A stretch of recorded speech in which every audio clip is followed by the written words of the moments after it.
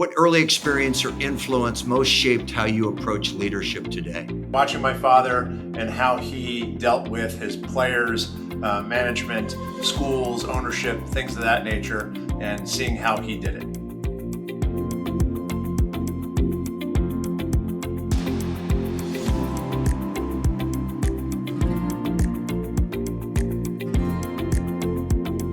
I'd like to welcome everybody to Buchanan's County Capital podcast here at the end of 25. We're in the holiday season, and I'm Robert Brunswick, chairman of Buchanan Street Partners.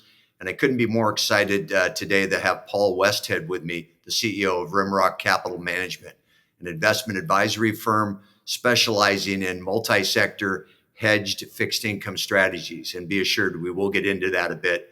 So if you're not familiar with it, you will be after our session today. For sure that Paul's success is not accidental. Fordham University, Kellogg and Northwestern, Credit Agricole, PIMCO, Oaktree span his resume.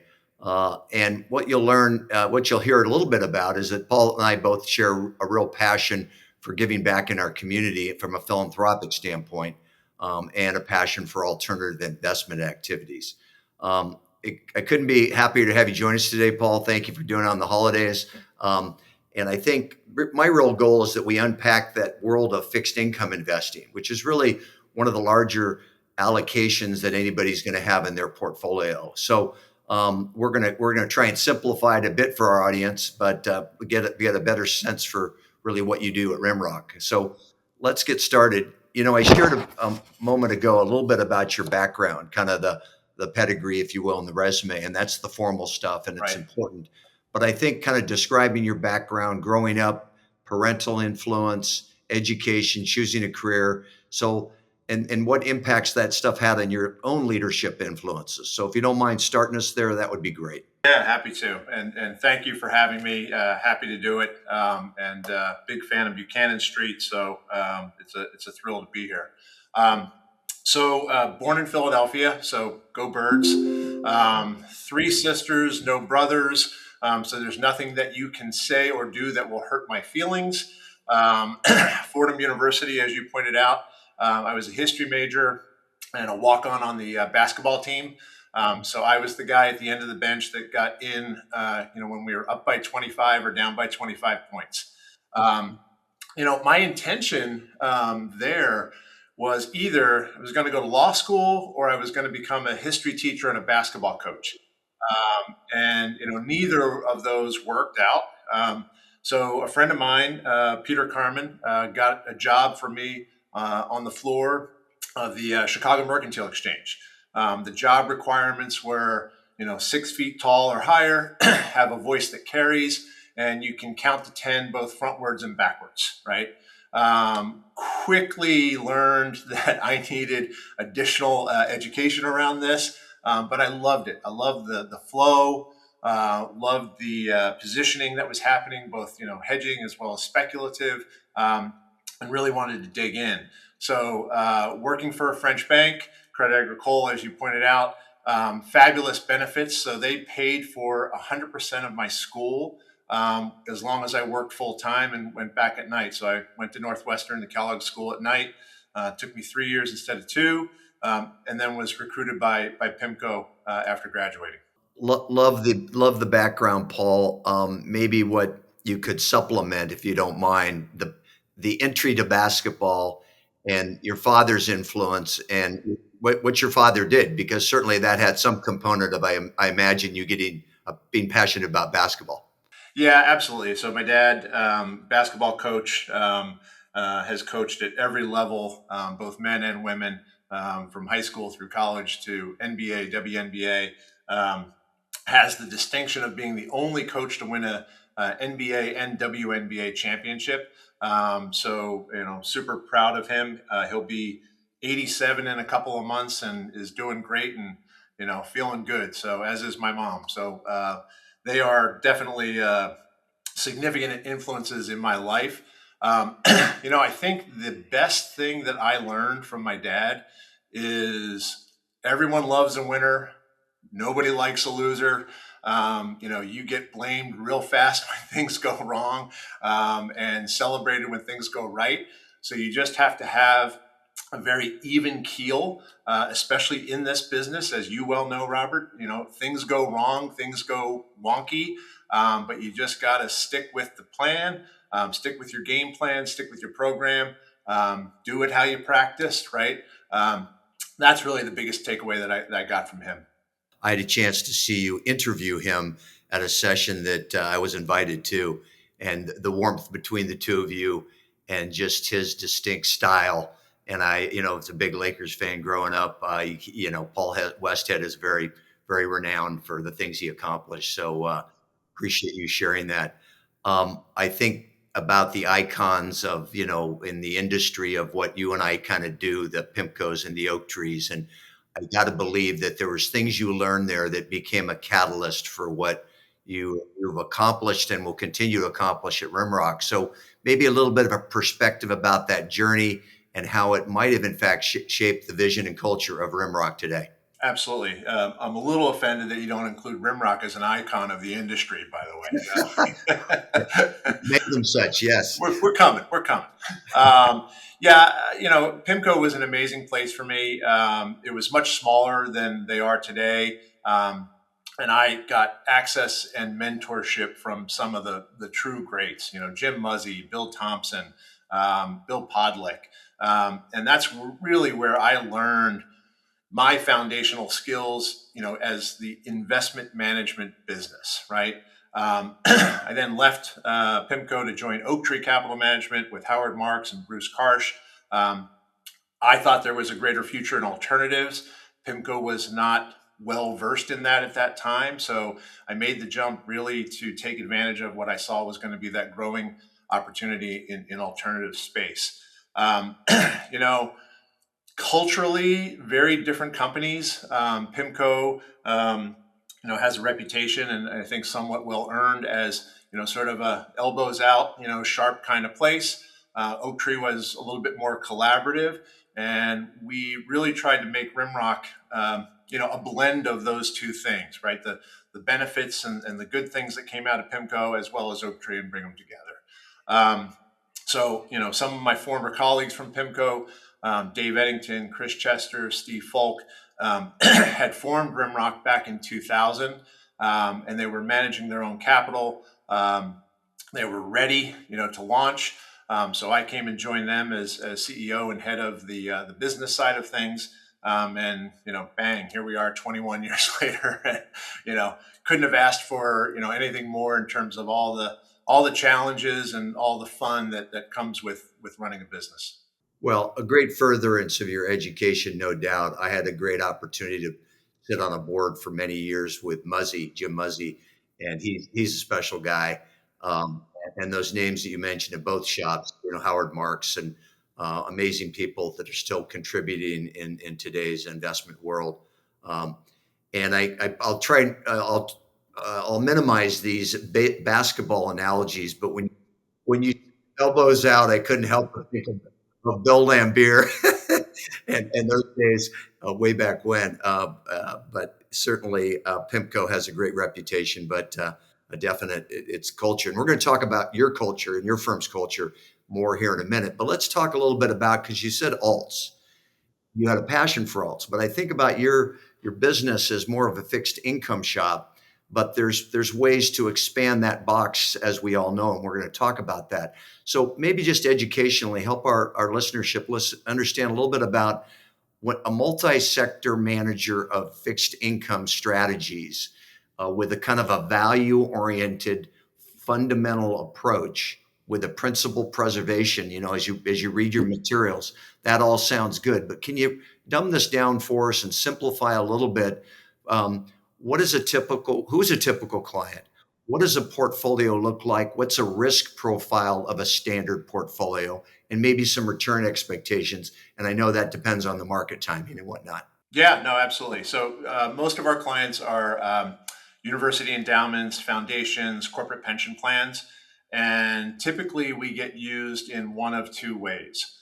So we are either used as a substitute for what we'd call traditional long-only fixed income, things that are benchmarked to the Bloomberg Barclays Aggregate Index or High Yield Index or things of that nature. Or we get used as a diversifier within their, and here the nomenclature gets spread out: a hedge fund bucket, an alternatives bucket, a diversifier bucket, whatever you want to call it. Typically, those strategies tend to be more long short equity, more macro driven or event driven type of strategies. So us being more focused on fixed income really provides that diversification, low correlation that they are looking to build in that part of their portfolio. Got it. So I think fair to say you're kind of doing a version of alts within the fixed income space, some of your buckets. Yeah, I think hedge fund, right? I'm still struggling with what that really means. I think Howard Marks had has the best definition, which is it's a compensation structure disguised as an asset class. Because really the one consistent thing is that we have a management fee and performance fee, but hedge funds, broadly speaking, pursue very different strategies using very different asset classes, sectors of the market and whatnot. So ours is definitely driven by the fixed income side. So when I think about our program, County Capital, and as I kind of view in my own company the value of capital and what capital can mean, I'd love to get the context of how Rimrock defines capital. Is it purely financial in your mind, or does it include some intellectual or relational capital? No, it's just financial. No, okay. We're fortunate enough to have just about 2.5 billion in assets under management that our clients have bestowed upon us in trust, right, to try and help them achieve their investment objectives. I'm proud to say that our average client has been with us for over 12 years. So definitely for the long haul. So those who get it really get it. And that we can be a trusted advisor for them, sharing of information. We tend to be sort of the sniff test for them, especially as it relates to more bond or fixed income type of strategies, where if someone is trying to sell them a bill of goods, we can sort of look at it and say like, no, that's not true, right?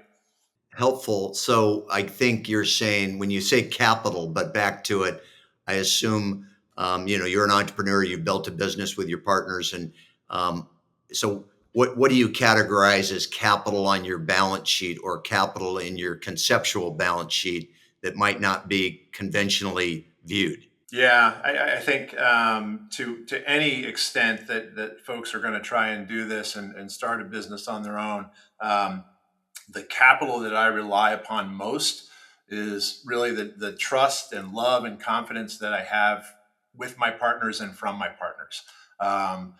We all bring different skills to the party, but we rely on each other and we look to each other to bring those skills and execute those skills. But without that trust, boy, that's a recipe for disaster.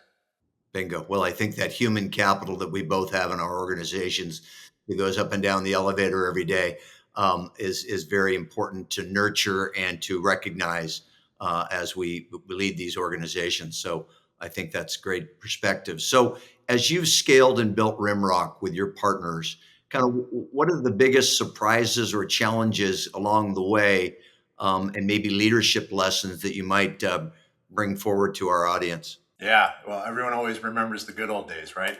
Um, I would say some of the biggest challenges. So post GFC, global financial crisis, where we had tremendous performance. We AUM reached a peak of a little over 4 billion. I think some of the biggest challenges were scaling our people who share the same philosophy and process that we employ versus someone who just wants to be allocated capital and trade in their little box, right?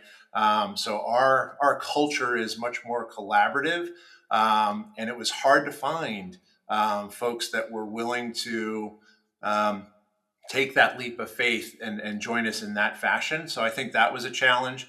Certainly other challenges, especially as we entered in a world of zero interest rates and central banks around the world, quantitative easing, QQE, and whatnot, made our job of trying to generate returns in that world much harder. And so, back to the analogy about my father. So we had a couple of losing seasons, and sure enough, some of the newer capital was not willing to stick it out, and so we saw some exits. But that's the name of the game. And again, you just got to stick with your game plan and keep moving forward. Well, I appreciate the candor, and I think about our own shop, and I think a lot of leaders that I'm influenced by, they recruit, and just EQ is harder to find than IQ. And I think that EQ can really lead you to finding the right recipe for those recruits that understand your particular culture, which, by the way, might not work for some. Reputationally, you guys have done a wonderful job in that regard. So I see a lot of emphatic marketing that you've done within the things I've read about, a disdain for capital loss. So you highlight that, and certainly, my gosh, a prerequisite in your space, in your investment management style. But it also discussed kind of these robust risk management profiles. So translate that for the listener into kind of, how do you screen your investments, and how do you build a portfolio kind of leading with that philosophy, if you will? Yeah, I've yet to see a marketing pitch out there that says they enjoy capital loss. So, Yeah, who does? Right? disdain for capital loss seemed appropriate, right, as a lead in. But really, what we mean by that is, as bond investors, you're much more focused on the downside, right? Our upside is fairly limited, right? We get paid back, we can get some price appreciation, we can get some things, but it's not like equities that can just sort of keep growing to the moon. So we want to make sure that we understand both the upside and the downside. You're looking for things that are at least symmetrical, if not asymmetrical, in your favor. But again, that emphasis on what is the absolute worst thing that can happen. And I think, in today's environment, right, valuations are high, right? There's no doubt about it. So, it makes us even more cautious about how we move forward. We're not ever going to go net short, or on the portfolio. It's just too costly. But we can be more defensive in our posturing, and we can take advantage of some of the dislocations that occur and will occur along the way. But you just got to be patient for it. I would assume maybe in the comparative analysis of picking a manager, that could come that could hurt you in some regards, benefit you in others, when those upside moments are there and you're maybe not participating as much as your peer class, but you're with that preservation mentality. So I assume that just something you educate your clients on, that's who you're going to be as part of their portfolio. Yep. No, that's a great point, because our goal, right? We're considered more of an absolute return manager, right? And so yeah, some parts of the capital markets have tremendous upside, the Mag 7 and whatnot, and we're not going to compete, in that space. So our return objectives that we try and really hammer home is, we want to generate a real rate of return plus about 400 to 500 basis points net, over a full market cycle. We could spend an hour on what does a full market cycle look like. I'm not sure we've had one in quite some time, but it's that's the objective. Got it. Well, that's helpful. So as we unpack a little bit more about fixed income, I have my fixed income portfolio, like many of our audience, and I think you conventionally think about it as kind of treasuries, munis, and corporate credit, but there's a lot of other legs to the stool of fixed income investing. So can you help us understand other segments of fixed income investing as we kind of head our way to alts and other things in our conversation? Yeah. So I don't think in our 25 plus year history we've ever owned a treasury. Outside of maybe in our money market stiff account at Northern Trust. So that is not part of it. We definitely participate in the corporate credit market, but really our focus, and I think what we're probably best known for, is our participation in what we describe as the structured products market. So this would be residential mortgage-backed securities, RMBS, commercial mortgage-backed securities, CMBS, other asset-backed securities like auto loan securitizations, credit card receivables, airplane equipment trusts, and so on and so on. In total, the structured product market is a little over 15 trillion. So there's a lot there. And so it's probably still the least efficient part of the fixed income market. There's no good ETFs in structured product space. There's really no good indices. And part of that is because, and I'm sure, Robert, you can appreciate this, every deal is different, right? So the collection of loans is different in one bond versus another bond. The assets backing one bond is different than the assets backing another bond. So you have got to get down into the weeds and really understand the value of that underlying asset to really then put a mark on what that bond would be worth. Sure, that's helpful, and I assume the packager, the underwriter, that collateral is in large part a consideration as you're looking at that because you've seen performance and non-performance by varied characters in the space. Absolutely, and so Fannie Mae, Freddie Mac, Ginnie Mae are a big part of the RMBS and even a big part of the CMBS market, especially in multifamily. So we have a good handle on who they are. Go back to pre-GFC and the proliferation of non-agency RMBS, the subprime market, and things of that nature. That has by and large gone away. That is really now more in the ABS space, so the auto loan and other asset-backed type of securities is where you find more of the non-agency underwriters. And there again, we try and be agnostic to the name of the underwriter. Again, it's just getting down into, what are the assets in this pool? How are they being valued? Do we agree with that valuation? Is there opportunity for some upside because it might be misunderstood by the market? Or is there opportunity for downside, in the case of like Tricolor, where, they obviously ran into some problems. So just before we get into maybe, that segment that you just went to, I'm assuming most of the stuff you're investing in is investment grade. Is that correct? No, no. And again, we are ratings agnostic. After the GFC, I would have thought, given what happened to all the quote unquote AAA, non-agency mortgages and even the agency mortgages, that every investor that had like guidelines that said, ratings requirements of X and Y would have taken a black Sharpie and just kind of crossed those out. Because the rating agencies, they're not good, right? I mean, they're paid by the issuer. So there's an immediate conflict of interest there. So again, we sort of turn a blind eye to the ratings and do our own work and try and understand, what is the actual quality here? And by quality, we mean what's the downside versus the upside. So it's not a requirement, but you could end up with some graded paper that just by the nature of the opportunity that you looked at. Absolutely. And I would say, on average, our portfolio is probably like a, high triple B, low single A average. But again, a lot of that is because of the AAA rating that comes from Fannie, Freddie, and Ginnie. Got it. So they bring up the average, if you will. Okay, helpful. So you touched upon a little bit private credit, hot topic.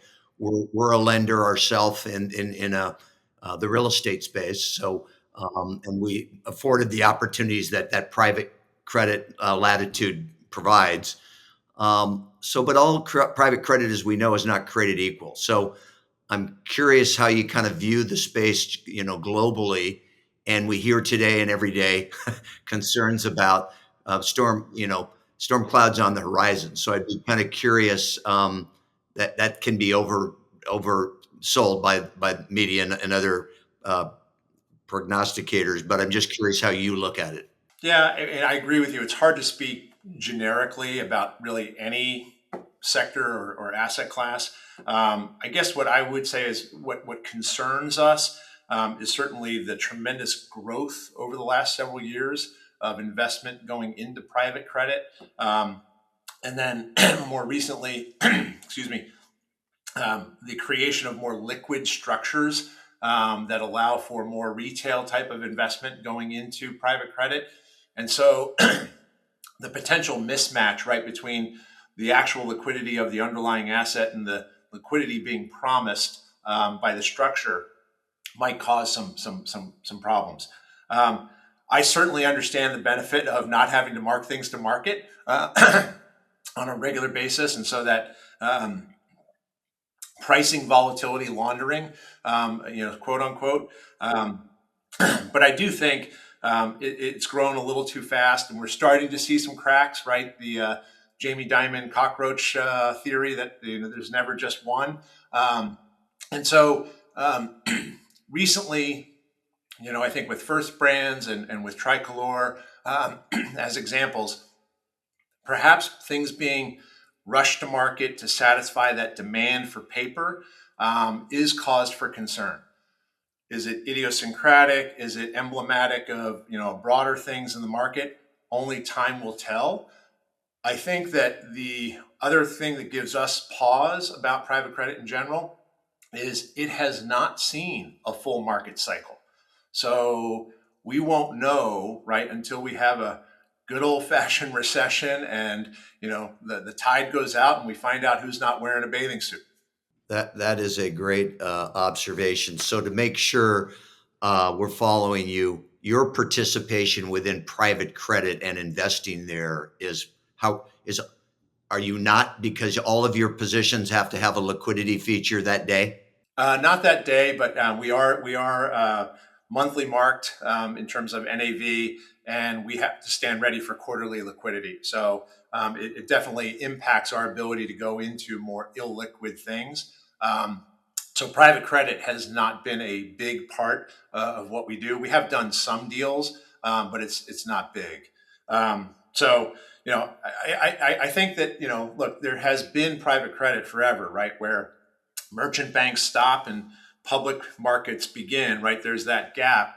And, there have been private credit lenders, for decades that have taken advantage of that gap.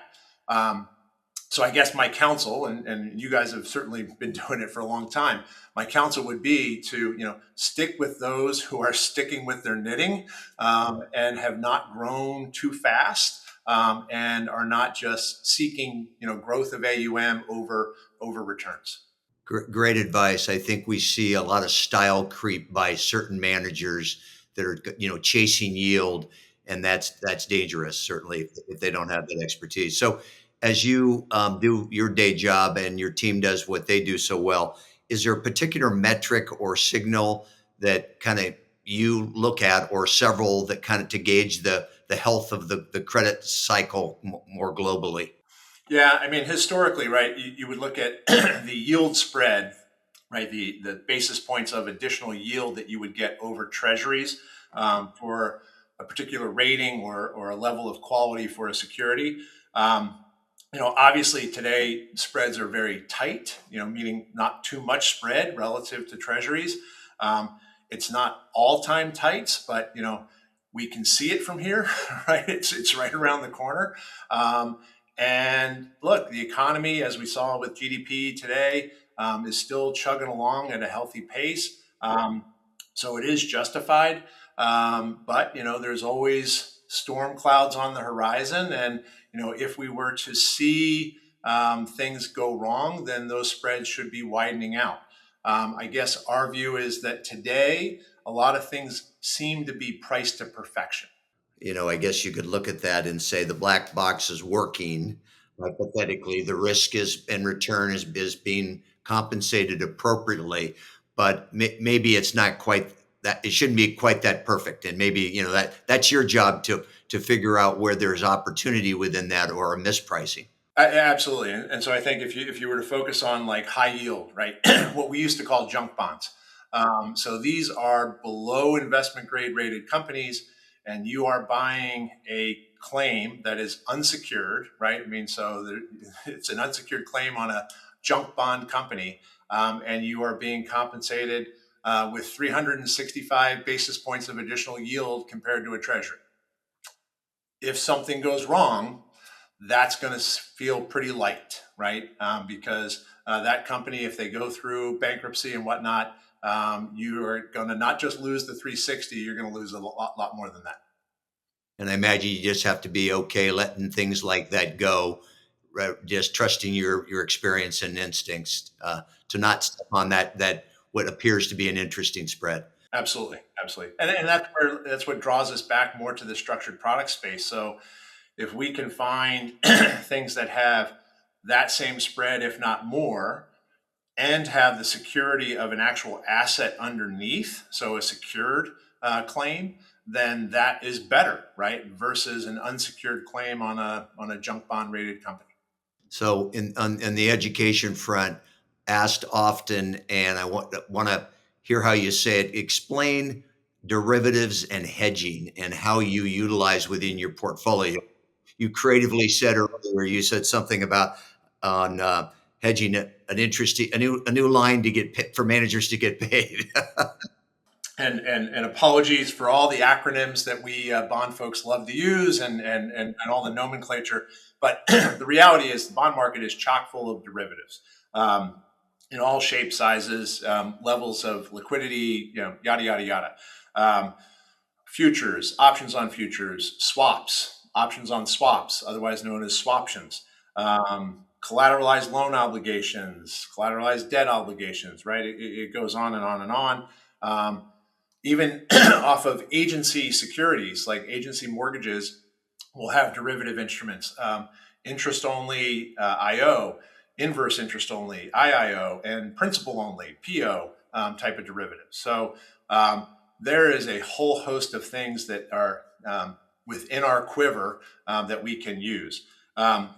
So we can do it two ways, right? We can either use these to hedge, meaning we have a portfolio of things and perhaps we are concerned about the curve or the level of duration or interest rate sensitivity. We can use these instruments to bring that back to what we feel more comfortable with. You can also use them speculatively, right?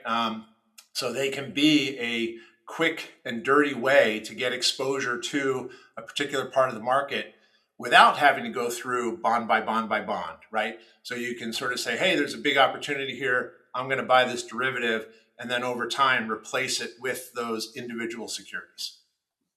I think that might be the best definition I've heard about that. So it's kind of simple. Said, I said as an example, giving up upside to protect downside, creating a collar and sleep at night a little better because of that enhanced positioning that you did on that particular piece of collateral. Yeah, and as a specific example, I mean today, given that high yield spreads are very tight, we're actually using options on some of the ETFs that are in the high yield sector.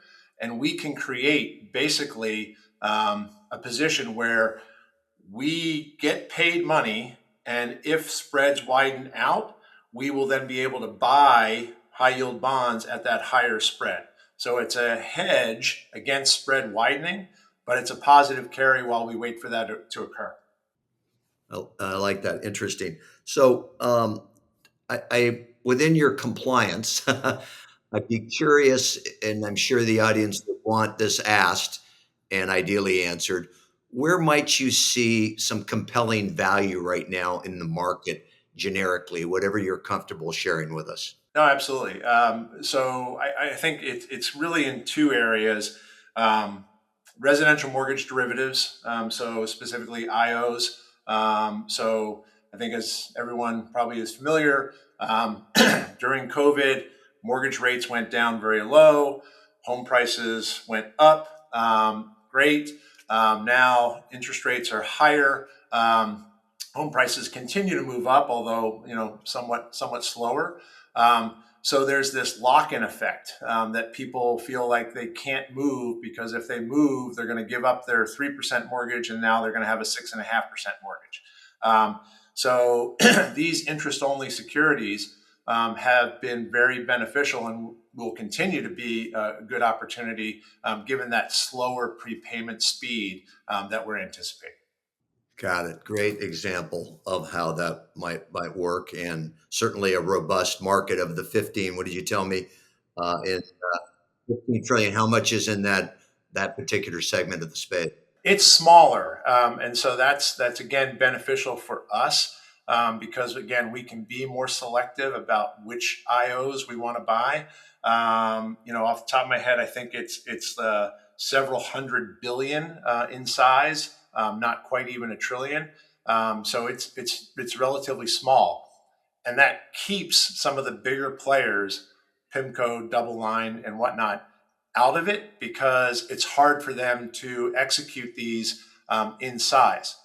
These bonds trade at very low dollar price because you're buying really a forward stream of expected coupon payments.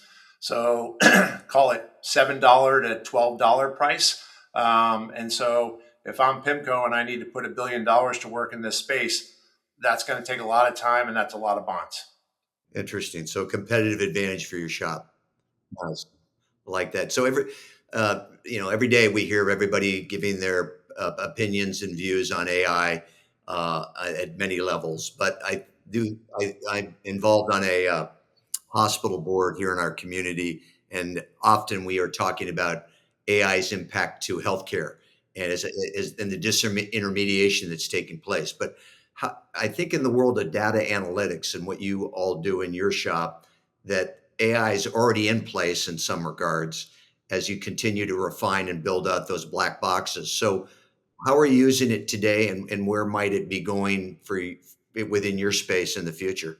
And I want to be clear, my knowledge on this is like this deep, right? In terms of AI, right?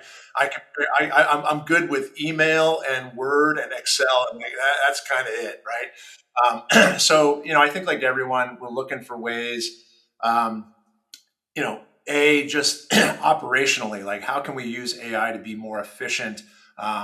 As like you, there's so much reporting that has to be done, whether it's to clients or to counterparties or to regulatory bodies. And so, how can we use AI to do that more efficiently? That's certainly a component. On the investment side, as you pointed out, building out what we think are better valuation models, right? And being able to run and test things that much faster than you could, 3 years ago, 5 years ago, and certainly 10 years ago. So that has been advantageous as well. And it's helped us in terms of being able to identify, hey, this is a measure that keeps popping up that maybe we should focus a little bit more time on. So it's gonna be a continual iterative process, as I'm sure you're seeing, in your own space as well as on the hospital side of things. I think we're in the early innings of what it can mean for everybody.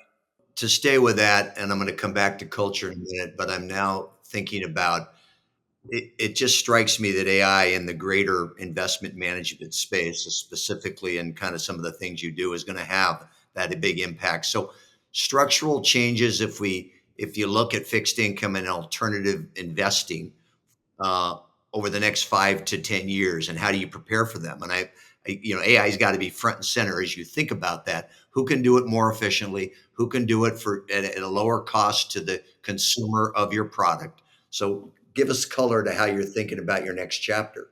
Yeah, I think you're certainly seeing that impact in on the equity side of things, and even in corporate credit, where everything is exchange traded, and so the data is available to everybody, and so it can be you're seeing faster and faster volume of transactions, people trading the same things over and over and over again.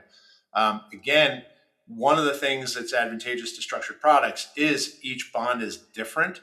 So there's not really generic type of things. So it's hard for a machine to say, buy 100 million of, Fannie 5, securities.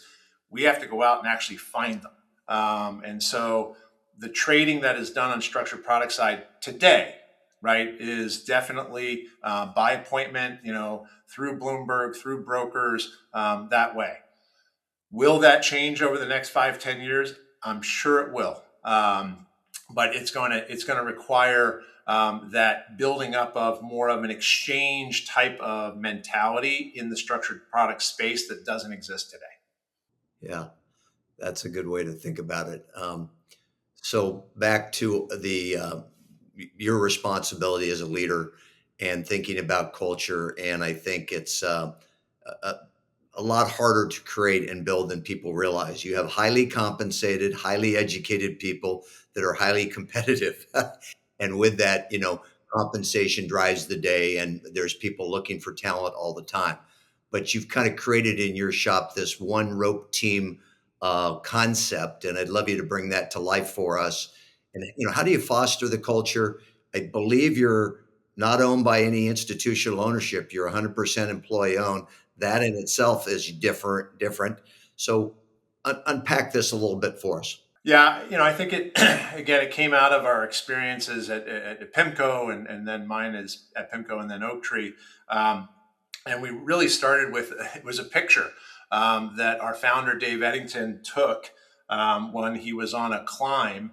He was climbing Huayna Potosi in Bolivia, which in typical Bond guy, Bond geekdom, he was unwilling to go on any mountain that was above the death zone because, again, the downsides and all that kind of stuff. So he would only climb mountains that were still below the death zone.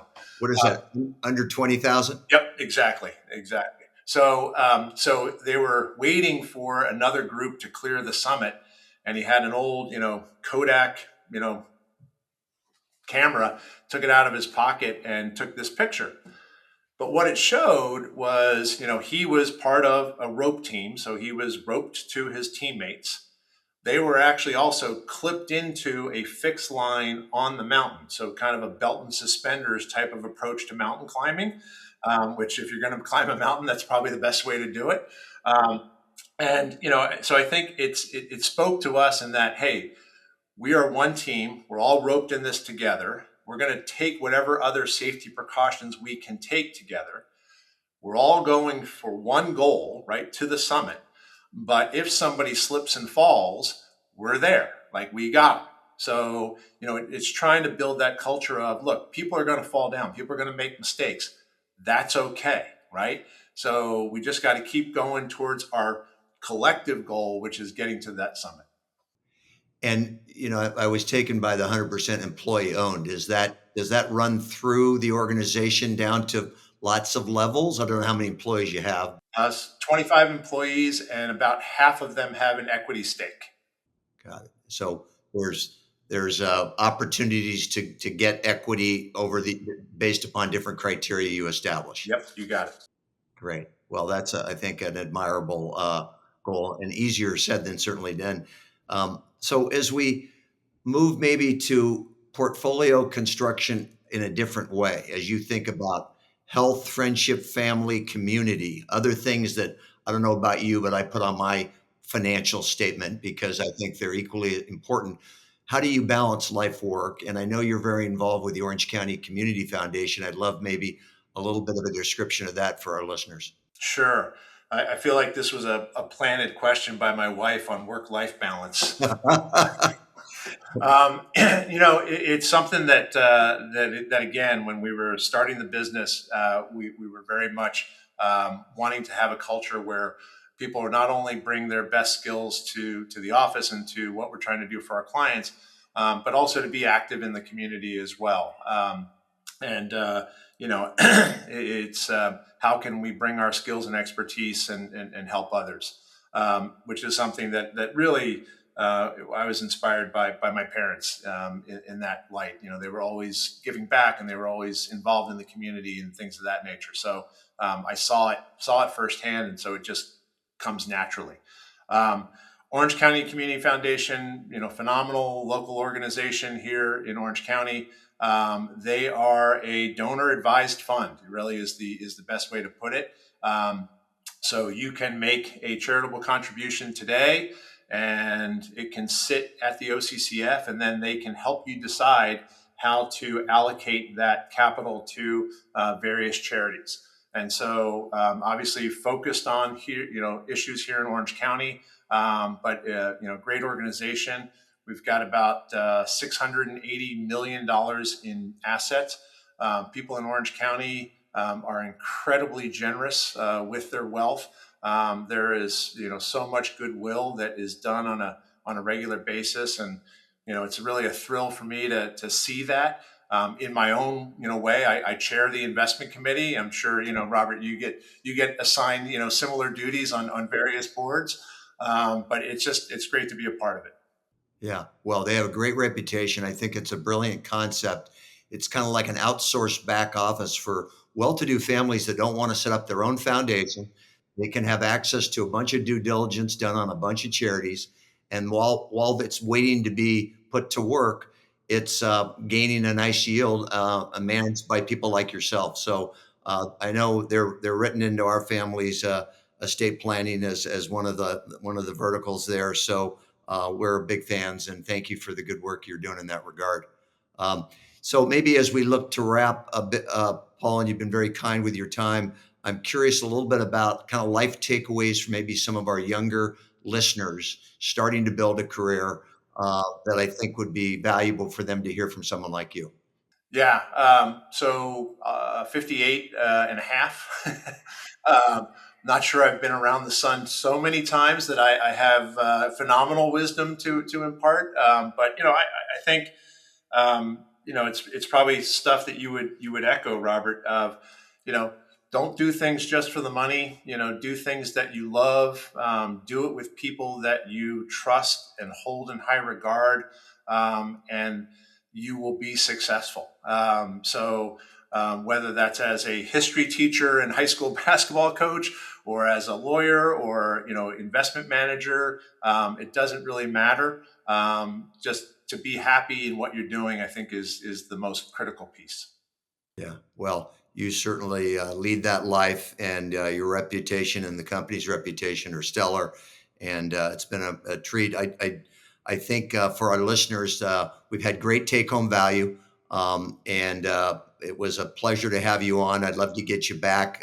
I've learned a lot. Hopefully they have too. I mean, just a bit about the rating agency viewpoint. That was a take-home for me that I hadn't thought about. Ratings-agnostic, understanding the significant bucket of the what I would call non-conventional aspects to fixed income. I think that's probably not what most people would have understood that to really look like in portfolio construction. And certainly the language and the acronyms and understanding swaption, CLOs, CDOs, collars, great feedback for everybody. I remember when I went on the hospital board, they actually have a list of all of the acronyms in the healthcare space, because these medical experts are throwing this stuff out, and you're standing there trying to pay attention, but it's just disarming. No, I get it. And I have to remind our portfolio managers when our clients come in, I'm like, okay, remember, use words, not acronyms. I'm quite confident everybody has thoroughly enjoyed our guest, Paul Westhead, as much as I have. We've had some good learning, lots of take-home value, and no doubt we'll have Paul back as a guest. But we thank you for participating with Counting Capital. Thank you for joining us on this episode of the Counting Capital podcast. For informational purposes only, and not to be relied on in any manner as legal, business, financial, tax, or investment advice. Nothing in this episode is an offer to sell or the solicitation of an offer to buy securities. To learn more about Buchanan Street Partners, please visit our website at buchananstreet.com. Buchanan Street Partners, capital you can count on.